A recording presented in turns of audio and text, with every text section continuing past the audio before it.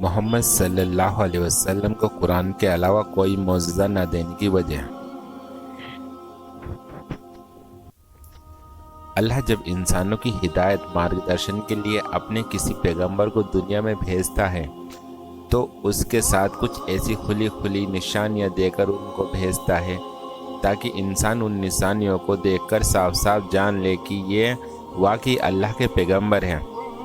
پچھلے سب پیغمبروں کو اللہ نے جو تمام معجزے چمتکار دیے تھے وہ انہی کی زندگی ہی تک معجزے تھے۔ ان کے دنیا سے جانے کے بعد وہ معجزے بھی انہی کے ساتھ چلے جاتے تھے، کیونکہ وہ سب پیغمبر صرف ایک خاص قوم کی طرف بھیجنے جاتے تھے۔ لیکن اللہ نے اپنے آخری پیغمبر محمد صلی اللہ علیہ وسلم کو پیغمبری کی دلیل کے طور پر ایسا معجزہ دیا جو رہتی دنیا تک کہ سب انسانوں کے لیے ہمیشہ معجزہ ہی ہے، اور وہ معجزہ قرآن ہے۔ لیکن مکہ کے اسلام مخالفوں کی طرف سے بار بار کسی ایسے معجزے کی مانگ کی جاتی تھی جیسے پچھلے تمام پیغمبروں کو دیے گئے تھے، اور اٹھنی کی طرف سے بار بار اس مانگ کا آنا مسلمانوں کو بھی بے چین کر رہا تھا کہ انہیں کوئی ایسا معجزہ دکھا دیا جائے جس سے انہیں یقین آ جائے اور یہ محمد صلی اللہ علیہ وسلم پر ایمان لے آئے۔ لیکن اللہ کی منشا یہی تھی کہ یہ لوگ اس قرآن پر غور و فکر کر کے ایمان لائے۔ اس لیے اسلام مخالفوں کے معجزوں کی مانگ پر اللہ نے مسلمانوں سے کہا کہ اور کیا ہو جاتا اگر کوئی ایسا قرآن اتار دیا جاتا جس کے زور سے پہاڑ چلنے لگتے، یا زمین پھٹ جاتی، یا مردے قبروں سے نکل کر بولنے لگتے۔ اس طرح کی نشانیاں دکھا دینا کچھ مشکل نہیں ہے، بلکہ سارا ادھیکار ہی اللہ کے ہاتھ میں ہے۔ پھر کیا ایمان والے ابھی تک انکار کرنے والوں کی طلب کے جواب میں کسی نشانی کے ظاہر ہونے کی امید لگائے بیٹھے ہیں؟ اور وہ یہ جان کر مایوس نہیں ہو گئے کہ اگر اللہ چاہتا تو سارے انسانوں کو ہدایت دے دیتا۔ قرآن۔ اس آیت میں بات غیر مسلموں سے نہیں بلکہ مسلمانوں سے کہی جا رہی ہے۔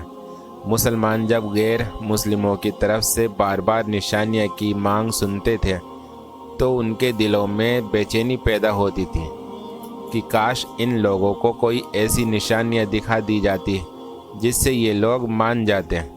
پھر جب وہ محسوس کرتے کہ اس طرح کی کسی نشانی کے نہ آنے کی وجہ سے اسلام کا انکار کرنے والوں کو محمد صلی اللہ علیہ وسلم کی رسالت پیغمبری کے بارے میں لوگوں کے دلوں میں شک پھیلانے کا موقع مل رہا ہے تو ان کی یہ بے چینی اور بھی زیادہ بڑھ جاتی تھی۔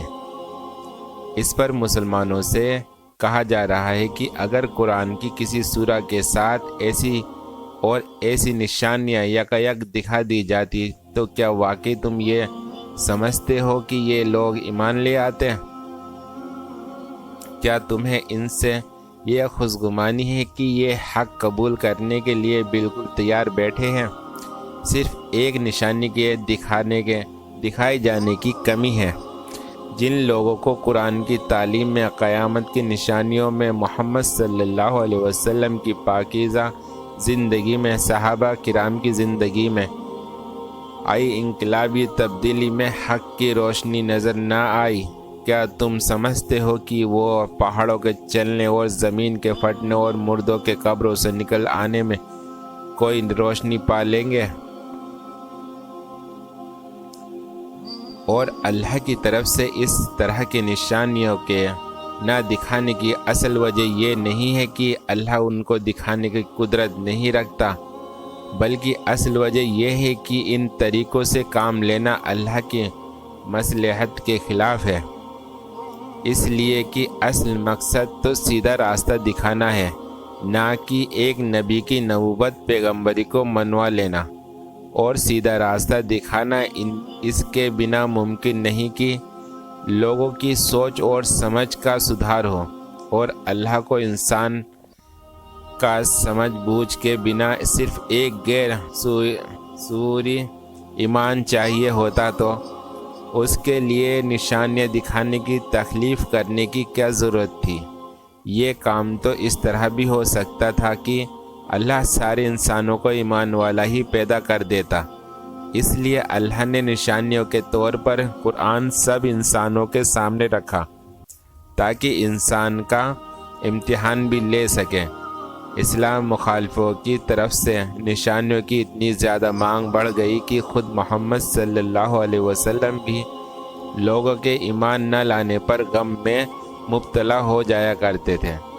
اس پر اللہ نے اپنے پیغمبر کو مخاطب کر کے فرمایا، اے نبی، شاید تم اس غم میں اپنی جان